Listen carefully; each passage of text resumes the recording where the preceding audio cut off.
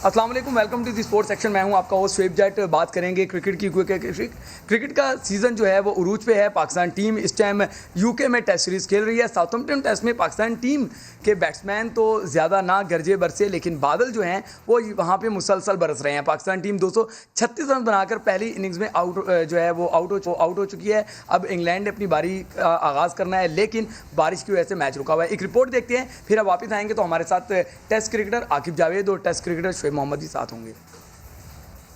जी बिल्कुल, आपने रिपोर्ट देखी और इससे आपको मैच का अंदाज़ा हो गया होगा कि वहाँ पे खिलाड़ी तो कम खेल रहे हैं, लेकिन मौसम जो है वो जमकर खेल रहा है। बरस रहे हैं बादल, जिस वजह से खेल बार बार रुक रहा है और इसी रुकने की वजह से आज चौथा दिन है, लेकिन पाकिस्तान की सिर्फ पहली बारी हुई है। अब इंग्लैंड ने बारी लेनी है और उसके बाद फिर दूसरी बारी होगी तो नतीजा निकलेगा। ये मैच तो बज़ाहिर ऐसा लग रहा है कि ड्रॉ हो जाएगा, लेकिन मैनचेस्टर टेस्ट जिस तरीके से हम जीती हुई बाजी हारे हैं उस पर बात करेंगे। हमारे साथ आकिब जावेद मौजूद हैं, उन्हें वेलकम करेंगे। आकिब भाई, ये मैच तो बारिश की नज़र होता जा रहा है। यहाँ पे खिलाड़ी तो ज़्यादा कुछ नहीं कर सकते जब मौसम जो है वो सरअंदाज होता है। इस मैच के बारे में क्या कहेंगे, फिर हम मैनचेस्टर टेस्ट को भी डिस्कस करेंगे। देखिए, इस मैच में तो कुछ बाकी बचा नज़र नहीं आता, कोई नतीजा निकले इसका। लेकिन ये ज़रूर है कि जो इंग्लैंड बोर्ड ने या जो भी पिच बनाई थी ओल्ड ट्रैफर्ड, उससे सीख के उन्होंने ऐसी पिच बनाई है जो कि इंग्लिश बॉलर्स को सूट करती है। और हमेशा से अगर आप देखें तो पाकिस्तानी टीम जहाँ भी बॉल मूव होगा उनकी टेक्निक जो एक्सपोज होती है। ओल्ड ट्रैफर्ड तो एक मैं समझता हूँ कि पाकिस्तान में भी इतनी अच्छी पिच आपको नहीं मिलेगी जो कि पाकिस्तानी बॉलिंग को और बैटिंग को सूट करती हो। तो बहुत अच्छा मौका था वहाँ, पाकिस्तान टॉस भी जीता, उसके बाद पिच भी ऐसी मिल गई, स्कोर भी अच्छा हो गया पहली इनिंग में। तो ये मैच तो अब किसी नतीजे बगैर ख़त्म होता नज़र आ रहा है। बट ये ज़रूर है कि जो आपकी बैटिंग लाइनअप है वो उनको सोचना पड़ेगा कि अपने आप को किस तरह से टफ़ कंडीशंस में आप एडजस्ट कर सकते हैं। जैसे अज़हर अली को आप देखें, इसी तरह आउट होते जा रहे हैं, थोड़ा सा अपने आप को क्रीज से बाहर खड़े हों। जैसे शुएब भाई भी आपको इस पर गाइड करेंगे कि किस तरह से आप जब डिफरेंट पिच होती हैं तो आप अपना स्टांस थोड़ा सा बदल सकते हैं, थोड़ा सा बाहर आके खड़े हो सकते हैं क्रीज से। तो उनका स्कोर करना बड़ा ज़रूरी है, क्योंकि जब आपका कप्तान अंडर प्रेशर हो तो जो पूरी टीम का जो कॉन्फिडेंस है वो बड़ा नीचे चला जाता है। तो आई थिंक ये बाबर आजम के लिए बहुत ज़रूरी सीरीज़ है अपने आप को मनवाने के लिए इंटरनेशनल लेवल के ऊपर। और अज़हर अली चूँकि कप्तान है और ये दूसरी दफ़ा कप्तान बनाए गए हैं, पहले कप्तान थे फिर हटाया गया, फिर वापस जो मिसबा उनको पुश करके उन्होंने उसको कप्तान बनाया। तो अब उनके लिए बड़ा ज़रूरी है और पाकिस्तानी टीम के लिए बड़ा ज़रूरी है, क्योंकि अगर वो अभी परफॉर्मेंस नहीं देते तो फिर आप किसी और कप्तान को ढूंढने जाएंगे और इस तरह से आपकी बहुत ज़्यादा चेंजेस आपने पास में भी की है। कप्तानी इसकी वजह से आप कह रहे हैं कप्तानी पे हम बात करेंगे, लेकिन आपने जिस तरीके से बैटिंग की बात की तो शुएब मोहम्मद हमारे साथ मौजूद हैं, एक्सपर्ट बैट्समैन होते थे, हम इनसे बात करते हैं। शुएब भाई, असद शफीक, अज़हर अली, हमारा टॉप ऑर्डर इन पे रिलाई करता है और ये दोनों बल्लेबाज जो हैं वो चल नहीं रहे। जब आपके मेन बल्लेबाज ना चलें तो फिर आप मैच जीतना तो एक ख्वाब ही होता है। शुएब, बिल्कुल अज़हर और असद शफीक के दोनों कैटेगरी में फ़र्क है। एक तो ओपनिंग बैट्समैन है और एक मिडिल ऑर्डर बैट्समैन है। दूसरा, अज़हर अली को वापस कप्तान भी बनाया गया है, एडिड प्रेशर। बहुत दिनों से टेस्ट मैचेस में उनकी कोई परफॉर्मेंस आउटसाइड टेरिटरी में नहीं देखने में आई, वो एक प्रेशर है। चौथा प्रेशर, उनको ये बात का भी अंदाज़ा होगा कि he had been thrown into the deep end for the captaincy of Pakistan cricket team. और जो नेचुरली जिस तरह सरफराज लेके चल रहे थे तो he must be feeling that too, और उनको अंदाज़ा ज़रूर ख़ुद से भी होगा। और फिर नेचुरली जब एक टेस्ट सीरीज़ के अंदर हर दुनिया का बैट्समैन अंदर जाके ये कोशिश करता है कि पहले टेस्ट की पहली इनिंग मेरी अच्छी हो, वरना दूसरी इनिंग में मैं ज़रूर कुछ अच्छा करूं। इसलिए कि बड़े बड़े पहले दुनिया के जो बहुत से बैट्समैन जो हैं, अगर पहला टेस्ट मैच अच्छा ना गुजरे तो पूरी सीरीज़ में फ़र्क पड़ जाया करता था। तो ये तो उनके साथ वो अलग एक प्रेशर के पहले टेस्ट मैच में भी नहीं हुआ और फिर on top of that second test के अंदर भी वो इतना कुछ इम्पैक्ट नहीं क्रिएट नेचुरली कर सके। तो ये और फिर असद शफीक का जहाँ ताल्लुक है, वो he had been getting runs, लेकिन उनका ग्राफ जो है रन्स आते हैं फिर बीच में काफ़ी गैप आता है, फिर एक रन का इनका ट्रैक रिकॉर्ड बताता है। ये वो कंसिस्टेंसी के साथ उन्होंने परफॉर्मेंसेस नहीं दी हैं पाकिस्तान के लिए जो एक टॉप मिडिल ऑर्डर बैट्समैन दिया करता है। परफॉर्मेंसेस अच्छी है, खेलेंगे तो जाहिर सी बात है परफॉर्मेंसेस भी होंगी और जब भी उनको मौका मिलेगा। लेकिन ये है कि जिस तरह के वो बैट्समैन हैं, कॉम्पैक्ट हैं, उनकी कंसिस्टेंसी ज़्यादा होनी चाहिए पाकिस्तान क्रिकेट टीम के लिए। आकिब भाई आपकी तरफ आता हूँ। फवाद आलम पे भी हम आगे जाके बात करेंगे कि उनको मौका मिला, लेकिन जाहिर है इतने 11 साल के बाद आए थे तो एडजस्ट होने में शायद उनको वक्त लगेगा। लेकिन बिल्कुल आप कप्तानी की बात कर रहे हैं, अज़हर अली की कप्तान की हैसियत से भी परफॉर्म नहीं कर पा रहे, बैट्समैन की हैसियत से भी परफॉर्म नहीं कर पा रहे, तो टीम मैनेजमेंट जो है वो सुपरस्टार्स की, क्या उनको नज़र नहीं आ रहा ये, या आप समझते हैं कि उन्होंने आंखें बंद कर रखी हैं? देखिए, जो सबसे बड़ी गलती क्रिकेट बोर्ड से हुई है वो तो सरफराज को कप्तानी से हटा के इन्होंने बहुत बड़ी गलती की। क्योंकि देखिए, एक बड़ा मुश्किल काम होता है, एक नए कप्तान को आप लाएं और वो टीम को लेके चले और उसमें रिजल्ट्स भी आएँ। मैं तो हैरान होता हूँ कि लोग अपनी पसंद या नापसंद की बात करते हैं, वो कभी जाके वो स्टैट्स नहीं देखते विकेट कीपर के। अगर मैं कल ही देख रहा था कि क्या ये सारे लोग अपनी पसंद या नापसंद की बात कर रहे हैं या उसमें कोई हकीकत भी है। तो सरफराज अहमद जो है वो आपका पाकिस्तान की हिस्ट्री का कामयाब तरीन विकेट कीपिंग बैट्समैन है। उसकी 36-37 की एवरेज है टेस्ट की, और जो सबसे ज़्यादा है जितने भी विकेट कीपर आज तक आए हैं। उसके अलावा अगर आप उसकी वनडे की देखते हैं एवरेज, वो सबसे बेहतर है। अगर उसको कोई मैच करता है तो वो कामरान अकमल ने परफॉर्मेंसेस दी हुई हैं, बट चूँकि सरफराज जो है वो कीपिंग में भी कामरान अकमल से बेहतर कीपर है। तो ऐसा तो कीपर आज तक नहीं आया। अगर आप राशिद को भी देखें या मोइन को भी देखें, उनके स्टैट्स खोल के अगर आप देखें तो बहुत ज़्यादा फ़र्क है। तो एक ऐसा विकेट कीपर आपको मिला जिसने 6-7 नंबर पे आके आपको रन्स करके दिए, मैच जितवाए, और आज एज कैप्टन भी एक धाक बांधी, एक कॉन्फिडेंस उसने आहिस्ता आहिस्ता गेन किया। चैंपियंस ट्रॉफी आप जीते, अब कितने साल T20 की नंबर 1 टीम रहे। तो जब आपको रिजल्ट्स भी मिल रहे हैं, एक प्लेयर जो है वो सबसे ज़्यादा परफॉर्मेंस भी दे रहा है, तो अचानक पता नहीं वो कौन सी रीज़न थी जिनकी वजह से आपने उसको तीनों फॉर्मेट से कप्तानी से हटाया और एक ऐसा कैप्टन लेकर आए जो पास में बन के नाकाम होके रिप्लेस होके, फिर ऐसा अज़हर अली ने क्या सीखा होगा एज कैप्टन के अब उसको आपने कैप्टन दोबारा बना दिया कि अब ये मैच्योर हो गए। कहाँ पे उन्होंने कप्तानी की है? कसूरवार किसको समझ रहे हैं आपके? जब अज़हर ने पहले भी कप्तानी छोड़ी थी तो यही बातें आ रही थी कि उन्होंने कहा है कि मुझसे कप्तानी का प्रेशर नहीं लिया जा रहा, मैं अपनी बैटिंग पे फोकस करना चाहता हूं। फिर उनको दोबारा कप्तानी दे दी गई और अब जो है वो कह रहे हैं कि बतौर कप्तान मैं नाकामी की जिम्मेदारी तो कबूल करता हूँ, लेकिन ओवरऑल ये हमारी पूरी टीम अच्छा नहीं खेली। तो मतलब किस तो आप जिम्मेदार ठहराएंगे अज़हर अली को कप्तान बनाने का, और उसके बाद जिस तरीके से उनकी कप्तानी में हम मुसलसल हार रहे हैं, एक आधी कमज़ोर टीम को बस हरा दिया हमने टेस्ट में, तो किसको जिम्मेदार समझते हैं आप? देखिए, उसकी जो जिम्मेदारी है वो आती है क्रिकेट बोर्ड के ऊपर। जब भी आप देखें, आप वसीम खान को लेके आए, उसने सारी उसको पावर्स दी। अब ये एक बहुत बड़ा कसूर है क्योंकि उसको पता नहीं है कि पाकिस्तान की हिस्ट्री क्या है, यहाँ पे किन वजह से सरफराज कैप्टन बना था, पीछे कौन कप्तान था, फिर क्या हुआ, क्यों अज़हर अली को वापस लाने की कोशिश कर रहे हैं लोग। मिसबा ने पुश करके उसको लेकर आए। और अगर आप ये देखें कि अगर कोई बंदा जो पाकिस्तानी होता, उसने क्रिकेट को फॉलो किया होता, उसको हिस्ट्री का पता होता कि इन वजह से अज़हर अली तो खुद कप्तानी से परेशान हो गए थे अपनी पोजीशन टीम को लेके। तो ये सबसे बड़ा कसूरवार तो ये है कि जब हम डिसीजन मेकर्स पाकिस्तान से बाहर से लेकर आएंगे, जिनको ना डोमेस्टिक का को पता होगा, ना उनको रीसेंट पास की जो हिस्ट्री है, जो जिस तरह से पॉलिटिक्स यहाँ चलती है, डिफरेंट ग्रुप्स हैं जो डिफरेंट लोगों को पुश करते हैं, किसी को निकालने की कोशिश करते हैं। जब तक आपको पूरा नॉलेज नहीं है, अब कभी भी डिसीजन अच्छा नहीं कर सकते।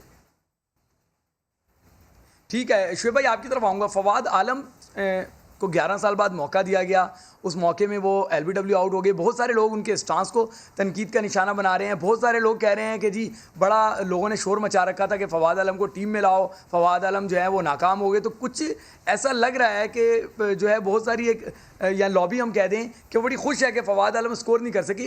ये क्या पाकिस्तान में सोच चल रही है, और क्या फवाद आलम को लाने का फैसला गलत था, या वो आउट हो गए हैं तो इसको हम जो है वो ये करार दे दें कि वो मेरिट नहीं था, उन्होंने जो परफॉर्मेंस दी 11 साल वो मैटर नहीं करती, वो आके जीरो पे आउट हो गए इसलिए उनका कोई टैलेंट अहमियत ही नहीं रखता? देखिए शुएब, इसके अंदर दो तीन चीज़ें हैं। पहली बात तो यह है कि जो पिछले दिनों पाकिस्तान में श्रीलंका और एक और जो दूसरी सीरीज़ हुई यहाँ पाकिस्तान में, that was the time to give him a chance, fair chance. और इसके अंदर ऑलरेडी ये इसे के परफॉर्मेंसेस उनकी 10-11 साल में उन्होंने इम्पैक्ट क्रिएट किया, तो ये आज मौका ज़रूर मिला। तो इसी तरह 5-6 महीने पहले या 8 महीने पहले जो सीरीज़ पाकिस्तान में जो हुई थी, उसमें उनको चांस देते और पूरा चांस देते तो ज़्यादा बेहतर एक चीज़ होती, लेकिन वहाँ चांस नहीं दिया गया। एक मुश्किल टूर के ऊपर ऑफ कोर्स, लेकिन इसमें कोई एक्सक्यूज़ की बात नहीं है।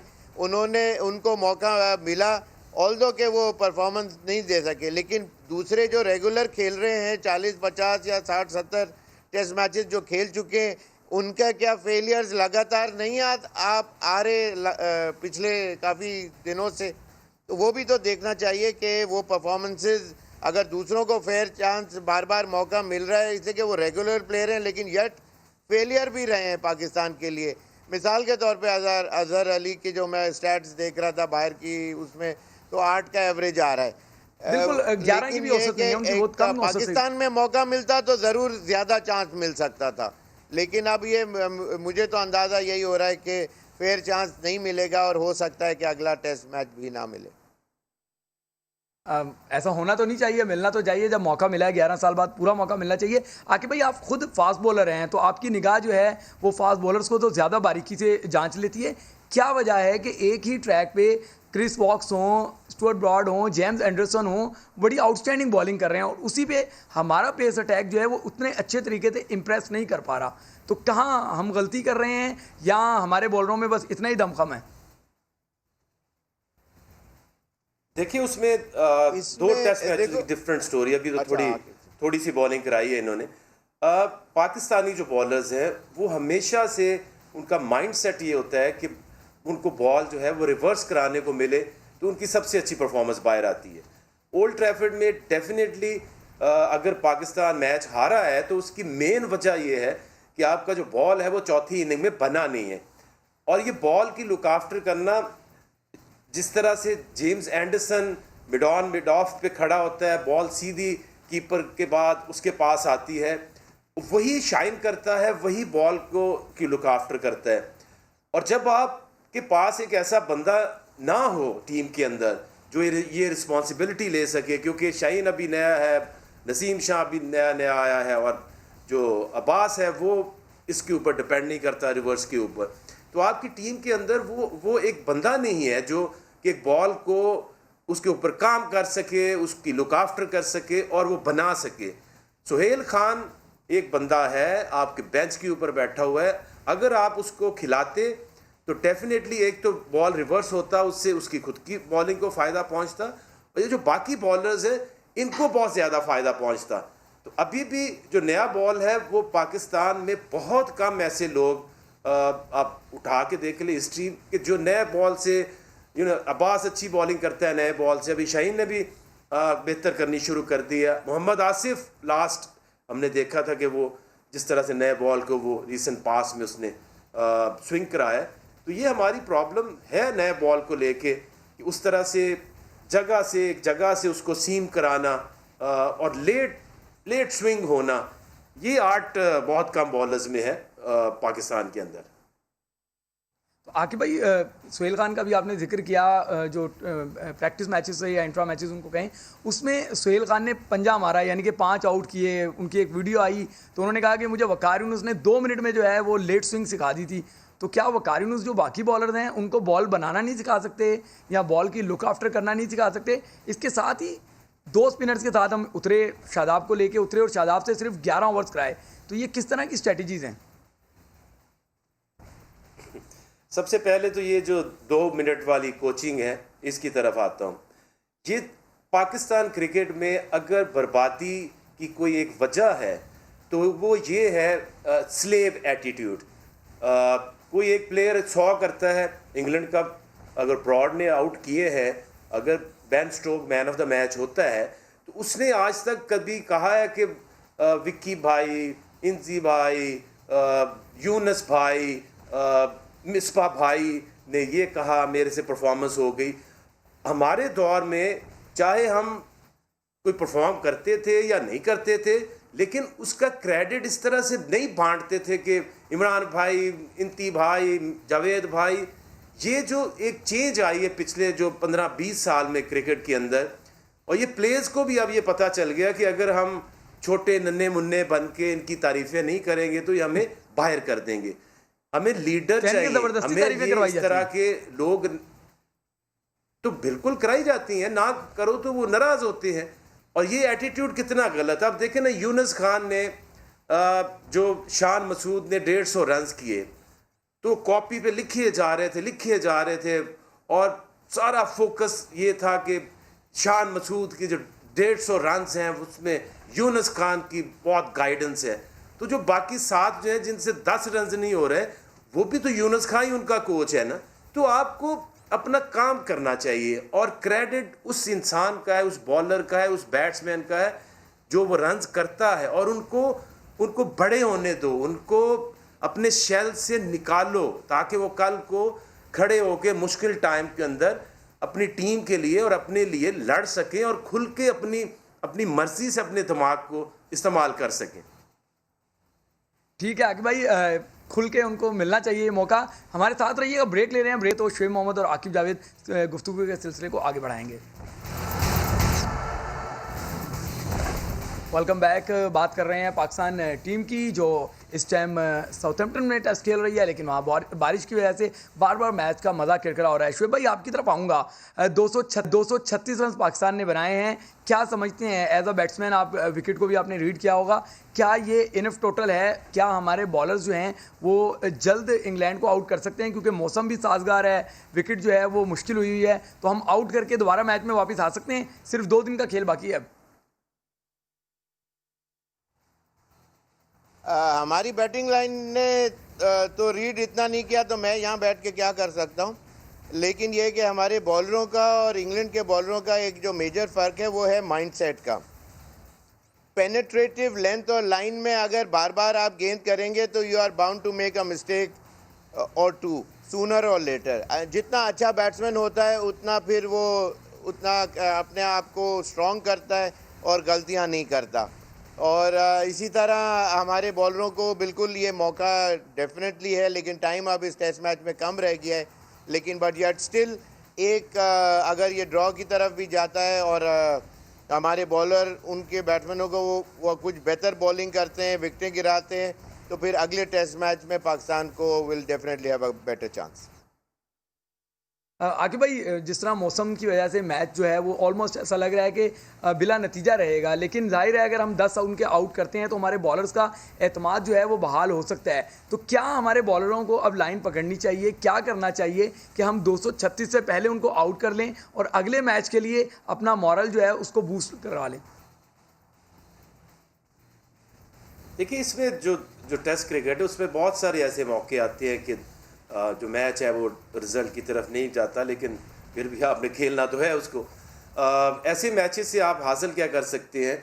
अपनी फॉर्म वापस ला सकते हैं। जो बॉलर्स हैं उनको वो लेंथ का पता चल सकता है, क्योंकि दूसरा जो आखिरी टेस्ट मैच है वो भी इधर ही आपने खेलना है। तो अभी से अगर आपको आइडिया हो जाए कि ये वो लेंथ है जहाँ से उनको विकेटें मिल सकती हैं, तो एक तो वो जो लेंथ है वो उसका आइडिया हो सकता है इनको। अपनी जो फॉर्म है उसको बेहतर कर सकते हैं, अपने कॉन्फिडेंस को बेहतर कर सकते हैं, और उनको जल्दी से आउट करके अगर आप उनको आउट कर लेते हैं तो आपकी बैटिंग को एक और मौका मिलेगा उन कंडीशंस में खेलने का। क्योंकि अगर बारी दोबारा नहीं आती तो पाकिस्तानी जो बैट्समैन है वो उसी माइंडसेट से जाएंगे जिसमें दे आर नॉट श्योर कि वो एक लंबी इनिंग खेली हुई है, पीछे जो परफॉर्मेंस है वो पहली इनिंग वाला फेलियर जो है वो लेके जाएंगे। तो जो कॉन्फिडेंस आपको रन्स करके अगली इनिंग में जाके मिलता है वो वैसे तो मिल नहीं सकता। सो आई थिंक कि पाकिस्तान के लिए बड़ा इम्पॉर्टेंट है कि जितना भी ये गेम बाकी है उससे अपना कॉन्फिडेंस बढ़ा सकते हैं आखिरी टेस्ट मैच के लिए। अदर भाई, आकिब भाई, अदर अली से मुतालिक जो है वो आपसे सवाल करूंगा कि क्या अब क्या लगता है, एक मैच हम हार चुके हैं, इस मैच को तो बारिश की नज़र हो रहा है, लेकिन अब अगला मैच हम जीतें या हारें हैं, हमें अज़हर अली को एज टेस्ट कैप्टन आगे थ्रू करना चाहिए या हमें अब जो है वो बाबर आजम को या किसी और कप्तान को ग्रूम करना चाहिए? अगर हमने हारना ही है तो क्यों ना उस कप्तान के साथ जाएं जो आगे जाके फ्यूचर में पाकिस्तान की टीम को जो है वो टेक ओवर कर सके और आगे लेके जा सके। देखिए, अभी तो आपने कप्तान जो है वो उसको बनाया है, मिसबा ने काफ़ी पुश किया है, क्योंकि ये जो मैं अभी कह रहा था ना वो भाईजान, बड़े भाई, छोटे भाई, ये जो कल्चर है इसमें उस इंसान को दूर रखा जाता है। क्रिकेट बोर्ड भी ऐसे लोगों से दूर रहता है जो अपनी मर्ज़ी से काम करना चाहें या किसी गलत बात पे वो बोलें या हर चीज़ बोर्ड की ना माने। तो मिसबा भी बहुत अच्छा बच्चा है क्रिकेट बोर्ड के लिए। अब उसको आगे उससे अच्छा बच्चा चाहिए जो कि अज़हर अली है, जो कि बिल्कुल उसके कंट्रोल में रहे और वही सुई गैस से लेके कहानी। और जब मिसबा गए थे तो अज़हर अली हमें तोहफ़ा दे गए थे, जो बाद में खुद ही उन्होंने कहा कि मैं अब कप्तानी नहीं करूँगा, मेरे ऊपर बहुत प्रेशर आता है।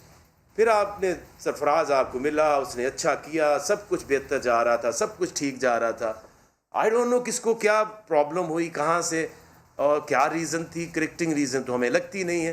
तो इसी तरह से ये पाकिस्तान जो क्रिकेट है उसका जो हाल है वो इन्हीं पॉलिसीज़ की वजह से है। यानी कि आकिब भाई आप ये कहना चाह रहे हैं कि इस टाइम जो फर्माबरदारी है जी भाई वाली, वो पाकिस्तान क्रिकेट को तबाही की तरफ लेके जा रहा है, ये कहना चाह रहे हैं आप? बिल्कुल, और इसको अब हमें और भुगतना पड़ेगा, और ये तो नहीं कर सकते, क्योंकि अगर आपने कोई नया लड़का ढूंढना था या अपने फ्यूचर की तरफ जाना था तो वो शान मसूद था कप्तान आपका टेस्ट का। बाबर को अभी आप सारे फॉर्मेट का दे देंगे तो बेचारे के साथ वही होगा जो अज़हर अली ने कहा कि फिर, क्योंकि 3 फॉर्मेट में एक कप्तान का सरवाइव करना बहुत मुश्किल है। उसकी वजह ये ठीक है भाई, आप समझते हैं कि तीनों फॉर्मेट की कप्तानी नहीं देनी चाहिए। शुएब भाई से क्विक ले लेते हैं क्योंकि प्रोग्राम का वक्त भी खत्म हो रहा है। शुएब भाई, क्या अज़हर अली के साथ इस सीरीज़ के बाद कंटिन्यू करना चाहिए, या जिस तरह आकिब भाई कह रहे हैं कि बाबर पे अभी 3 फॉर्मेट की जो है जिम्मेदारी देने के बजाय शान मसूद को टेस्ट कप्तान बनाना चाहिए? आपका वोट किस तरफ जाएगा? मेरा तो ख्याल है कि इस सीरीज़ पे बहुत डिपेंड करेगा जी। यानी कि